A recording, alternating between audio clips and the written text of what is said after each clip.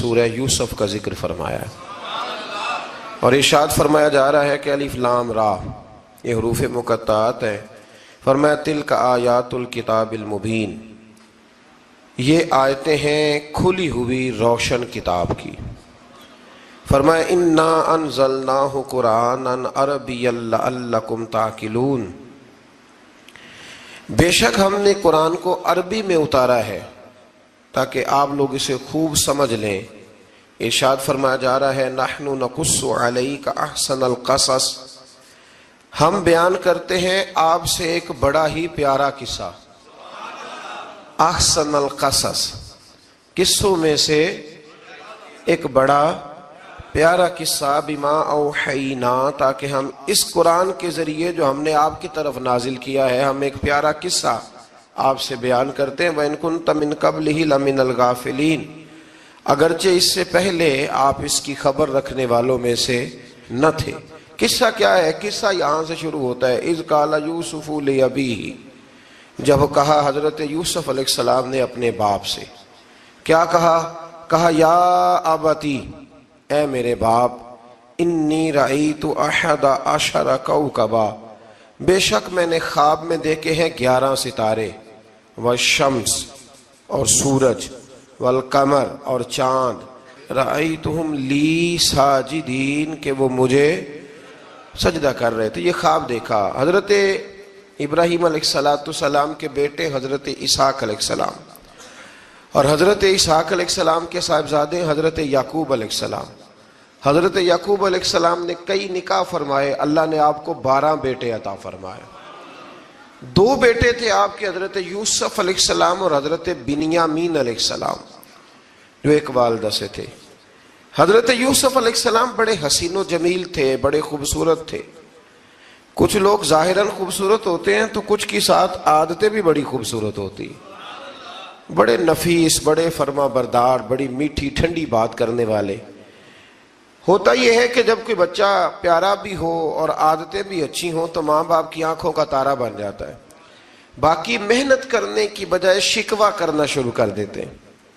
تو حضرت یوسف علیہ السلام کے والد حضرت یعقوب علیہ السلام اپنے بیٹے سے بڑا پیار کرتے تھے۔ اور آج اس واقعے میں آپ کو یہ بھی سمجھ آئے گی کہ ساری زندگی لوگوں نے ماں بیٹے کا پیار بیان کیا ہے، یہ وہ واقعہ ہے جس نے باپ بیٹے کا پیار بیان کیا اور انوکھے انداز میں بیان کیا۔ یعنی باپ اور بیٹے کے پیار کا بھی کوئی شخص کسی جگہ تصور کر سکتا، اسے ماپا اور تولا جا سکتا نہیں ہے۔ تو حضرت یعقوب علیہ السلام کے صاحبزادے تھے یوسف علیہ السلام، آپ بڑا پیار کرتے تھے تو باقی بھائی تھوڑا حسد کرنے لگے، انہیں جلنا شروع کر دیا۔ حضرت سیدنا یوسف علیہ السلام ایک دن فرمانے لگے اپنے والد سے کہ ابا جی میں نے خواب دیکھا ہے کہ 11 ستارے، سورج اور چاند مجھے سجدہ کر رہے ہیں۔ قال یا بنی لا تقصص رؤیاک علی اخوتک، کہ بیٹا اپنا خواب اپنے بھائیوں سے نہ بیان کرنا، اپنا خواب اپنے بھائیوں سے نہ بیان کرنا، فیکیدوا لک کیدا، ہو سکتا ہے وہ تیرے خلاف کوئی سازش رچیں۔ کیوں رچیں؟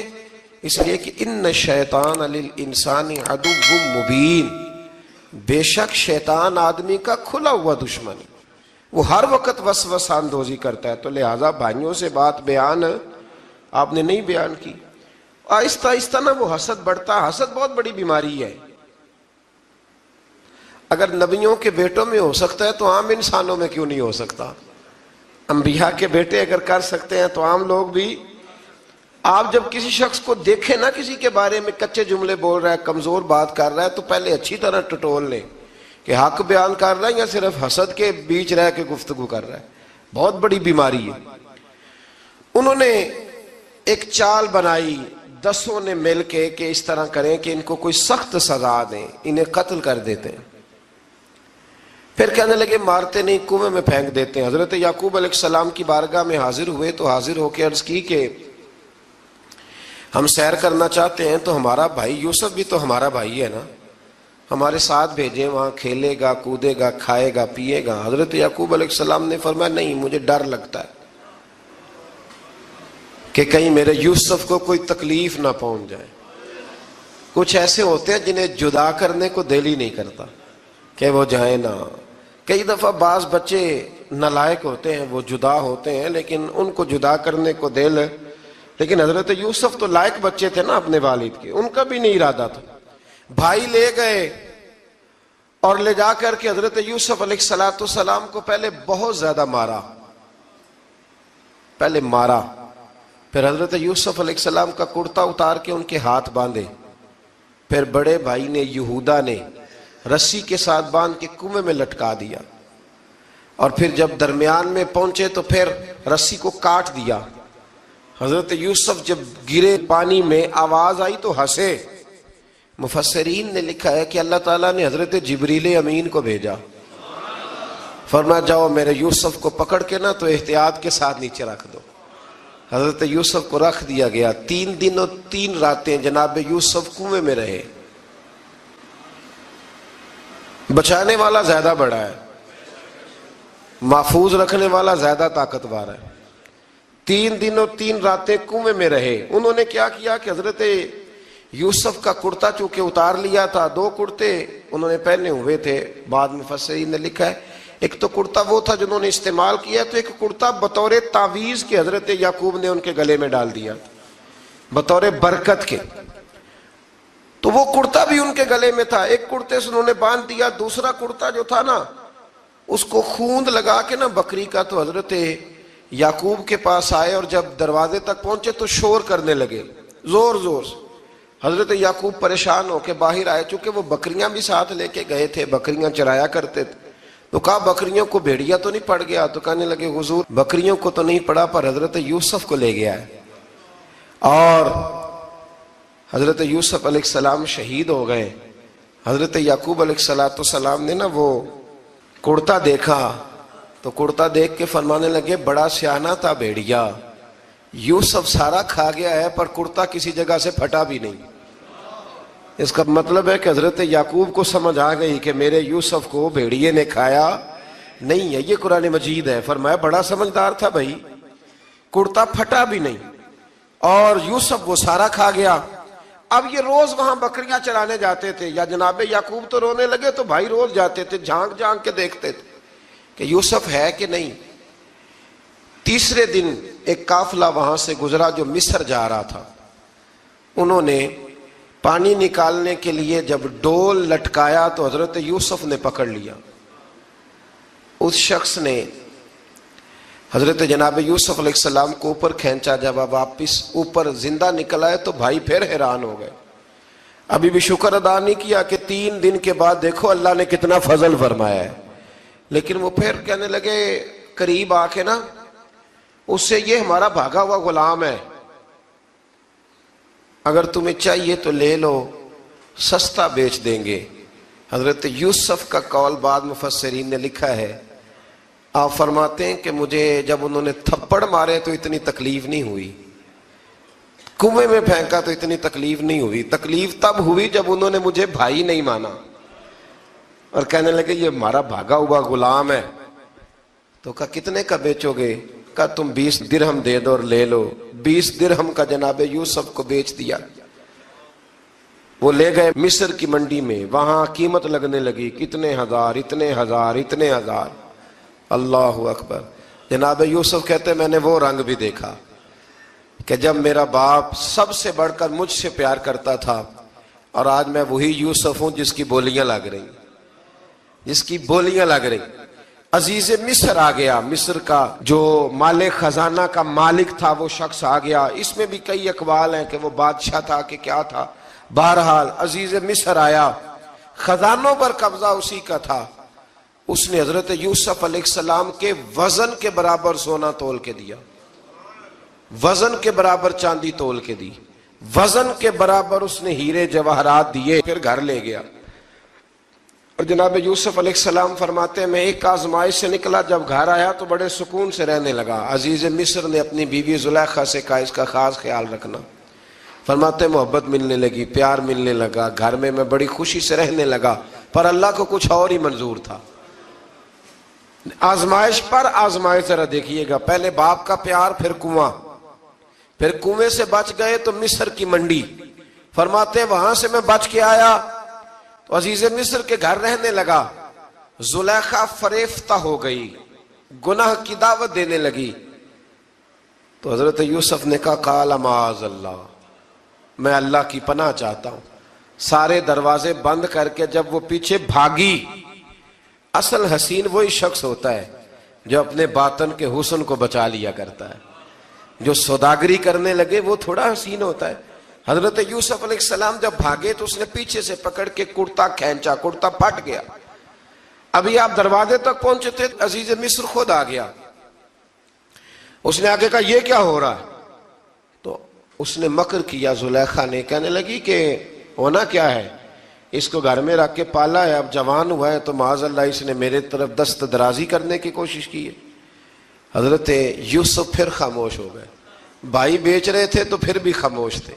کبھی کبھی کچھ چیزیں خاموش رہ کے سہنی پڑتی ہیں. زخم پہ زخم کھا کے جی، خون جگر کے گھونٹ پی، آہ نہ کر لبوں کو سی، یہ عشق ہے کو دل لگی نہیں. حضرت یوسف علیہ السلام پھر چپ ہے. زلیخا نے بڑی باتیں کی.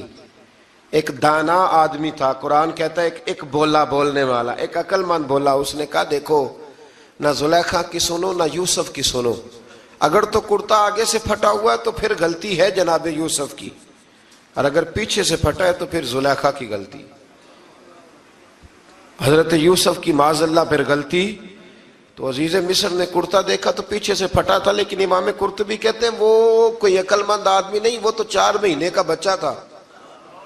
وہ ایک 4 مہینے کا وہ قریب تھا. حضرت یوسف علیہ السلام کی گواہی دینے کے لیے اللہ نے اسے زبان دی تھی. زلیخا کے ماموں کا بیٹا تھا، 4 مہینہ کا گہوارے میں لیٹا ہوا. جب بادشاہ سے فیصلہ نہیں ہو رہا تھا اور بادشاہ پریشان تھا عزیز مصر کہ کسی کو جا کے بتاؤں گا تو کوئی کیا سوچے گا، اس کے گھر میں کیا کچھ ہوتا ہے. کہتے پریشان تھا تو پنگوڑے سے بچہ بول پڑا. کہنے لگا بادشاہ اگر تو کرتا آگے سے پھٹا ہے تو پھر معاذ اللہ غلطی حضرت یوسف کی، اگر پیچھے سے پھٹا ہے تو پھر زلیخا کی. تو کرتا پیچھے سے پھٹا تھا. حضرت یوسف کے حق میں گواہی مکمل ہو گئی. اب آہستہ آہستہ نا دربار میں محل میں بات پھیلنے لگی. تو بیویاں کہنے لگی اوہو، زلیخا تو ایک غلام پہ عاشق ہو گئی ہے، ایک غلام پہ. تو زلیخا کہنے لگی تم اجے میرا محبوب نہیں ڈٹھا. یہ رٹے ڈالنے والے دیکھتے نہیں اور دور کھڑے رہ رہ کے کہانیاں سناتے رہتے. اس نے کہا تو نے ابھی دیکھا نہیں نا، تو نے ابھی، تجھے کیا پتا ہو کہ ماجرا کیا ہے. تو کہنے لگی نہیں تو غلام پہ. اس نے کہا چلو تجربہ کراتی ہوں.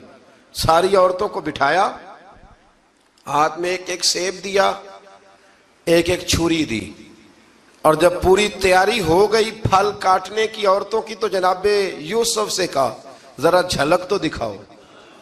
تو حضرت یوسف نے جب جھلک دکھائی تو قرآن کہتا ہے سیب کاٹنے کی بجائے ہاتھ کاٹ لیے، اور کہنے لگی اوہو یہ کوئی بشر نہیں، یہ تو کوئی فرشتہ ہے، یہ کوئی فرشتہ ہے، یہ تو کوئی اللہ تبارک و تعالیٰ کی طرف سے آنے والا کوئی کرامت والا، عزت والا، شان والا فرشتہ ہے. حضرت زلیخا کہنے لگی سمجھ آئی ہے پھر تو مجھ پر شکوہ کرتی تھی. تو اب وہ بات بھی آہستہ آہستہ پھیلنے لگی کہ حضرت یوسف علیہ السلام کی غلطی نہیں، غلطی زلیخا کی. اب بادشاہ نے زلیخا سے کہا کہ اگر تو میں تیری بات کروں تو تیرے ساتھ میری بدنامی کا بھی ڈر ہے، کیا کرے؟ طے یہ پایا کہ حضرت یوسف کو جیل میں ڈال دیا جائے. پہلے بھائیوں کے تھپڑ، پھر کنواں، پھر مصر کی منڈی، پھر زلیخا کا الزام، اور پھر باری آ گئی جیل جانے کی. حضرت یوسف علیہ السلام کو جیل میں، کچھ نے لکھا ہے 12 سال جیل میں رہے، جیل میں ڈال دیا. حضرت یوسف علیہ السلام جیل میں کیا کرتے؟ واعظ فرماتے، تبلیغ فرماتے، لوگوں کو اللہ کی توحید کی دعوت دیتے. وہاں جیل میں نا ایک شخص نے خواب دیکھا. اس نے دیکھا کہ میرے سر پہ نا پرندے کھا رہے. تو حضرت یوسف کہنے لگے اس کی تعبیر یہ ہے کہ تجھے قتل کیا جائے گا اور تیری لاش کچھ دیر پڑی رہے گی تو پرندے تیرے سر پہ آ کے بیٹھیں گے، یہ تعبیر ہے. ایسا ہی ہوا، واقعی وہ شخص قتل ہو گیا. ایک شخص نے دیکھا کہ وہ شراب کشید کر رہا ہے. اس نے بھی تعبیر پوچھی تو آپ نے فرمایا تو اپنے بادشاہ کو پلائے گا. محسوس ہوتا ہے کہ اتنی دیر تک شراب ناجائز نہیں تھی، تو اس کو شراب پلائے گا، یہ اس کی تعبیر ہے. وقت گزرتا گیا. وقت جو ہوتا ہے نا، وقت یہ خود بخود لوگوں کی بے گناہی ثابت کر دیتا ہے. ایک وقت میں نا پراپوگنڈا ہوتا ہے تو ہر آدمی پراپوگنڈے کا شکار ہوتا ہے. پھر جب وقت گزرتا جاتا ہے تو خود بخود وقت کا گزرنا کچھ چیزوں کا خود بخود حل بن جاتا ہے. حضرت یوسف علی نبینا علیہ الصلوۃ والسلام کو جب 12 سال بیت گئے تو بادشاہ نے، عزیز مصر نے خواب دیکھا. اس نے خواب دیکھا کہ 7 موٹی تازی گائیں دبلی پتلی گائیں کو کھا گئی، اور 7 خشک بالیاں ہیں اور 7 سرسبز و شاداب بالیاں ہیں. اپنے وزیر سے کہنے لگا کوئی تعبیر والا بندہ ملے. اس نے کہا کہ ایک بندہ ہے جس کی تعبیریں بڑی سچی ہیں. کہا وہ کون؟ کہنے لگے جناب یوسف. تو قید خانے میں پیغام بھیجا حضرت یوسف کو کہ خواب کی تعبیر بتائیں. تو جناب یوسف نے یہ نہیں کہا پہلے مجھے باہر نکالو، یہ نہیں فرمایا. فرمایا تعبیر یہ ہے، یہ 7 خشک بالیاں دیکھی ہیں نا، اس کا مطلب ہے کہ 7 سال تنگ دستی رہے گی، اور 7 سرسبز بالیاں دیکھی ہیں تو پھر 7 سال اللہ خوشحالی دے دے گا. اور فرمایا یہ جو تم نے گائیں دیکھی ہیں موٹی تازی وہ کھا گئی، فرمایا اس کی تعبیر یہ ہے کہ کوشش کرنا کہ جو تمہارے پاس دن یہ چل رہے ہیں جن میں سرسبز و شاداب ہے کھیتیاں، تو 7 سالوں کے لیے اناج جمع کر لینا، بالیوں کے اندر ہی رہنے دینا، باہر نہ نکالنا. اور پھر اگلے جو خشک سال ہوں گے نا، وہ یہ جو جمع پونجی کی ہوگی نا، اس کی برکت سے وہ 7 سال آسانی سے. اس پر ہمارے مفسرین نے لکھا ہے، اس آیت پر صوفیاء اور بزرگ تو کہتے ہیں نا سارا اللہ کے راستے میں دے دو، یہ بھی بات اچھی ہے، لیکن اگر کوئی اپنے بچوں کے لیے آنے والے وقت کے لیے کچھ چیزیں سنبھال کے رکھے تو یہ بھی سورہ یوسف سے ثابت ہے. یہ بھی سورہ یوسف سے، تو یہ بھی کوئی ایسا فعل نہیں ہے جس پر کوئی شخص تنقید کر سکے. آمدام برسر مطلب حضرت یوسف نے جب تعبیر بتائی تو بادشاہ کہنے لگا کہ انہیں باہر نکالو. آپ فرمانے لگے میں نہیں نکلتا بھائی، نہیں نکلتا میں جیل سے، یہی ٹھیک ہوں میں. آپ کیوں نہیں نکلتے؟ کہنے لگے پہلے اعلان کر کے لوگوں کو بتا کہ میں بے قصور ہوں. وہ جو تو نے پراپوگنڈا کیا نا اپنے منہ سے اعلان کر. اس نے جناب زلیخا کو بلایا، ان عورتوں کو بلایا، وہ عورتیں ساری سامنے آئیں، انہوں نے گواہی دی کہ یوسف تو بے گناہ ہے. پر سال کتنے لگ گئے؟ اللہ اکبر، 12 سال لگ گئے.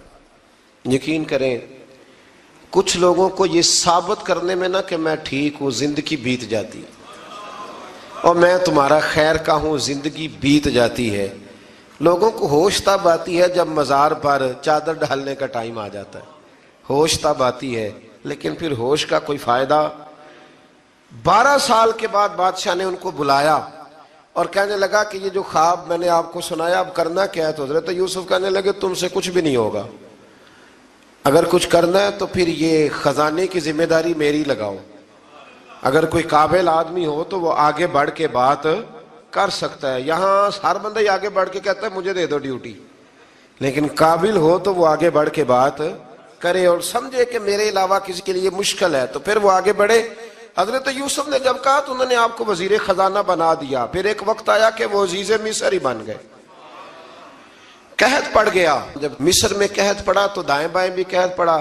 کنعان کے آپ رہنے والے تھے، وہاں بھی قحط پڑا. حضرت یعقوب بیٹے کی یاد میں رو رو کے تو آنکھوں کی بینائی چلی گئی. اور یارو باپ بھی بڑا ہی پیار کرتا ہے، بڑا ہی پیار کرتا ہے، بڑا ہی.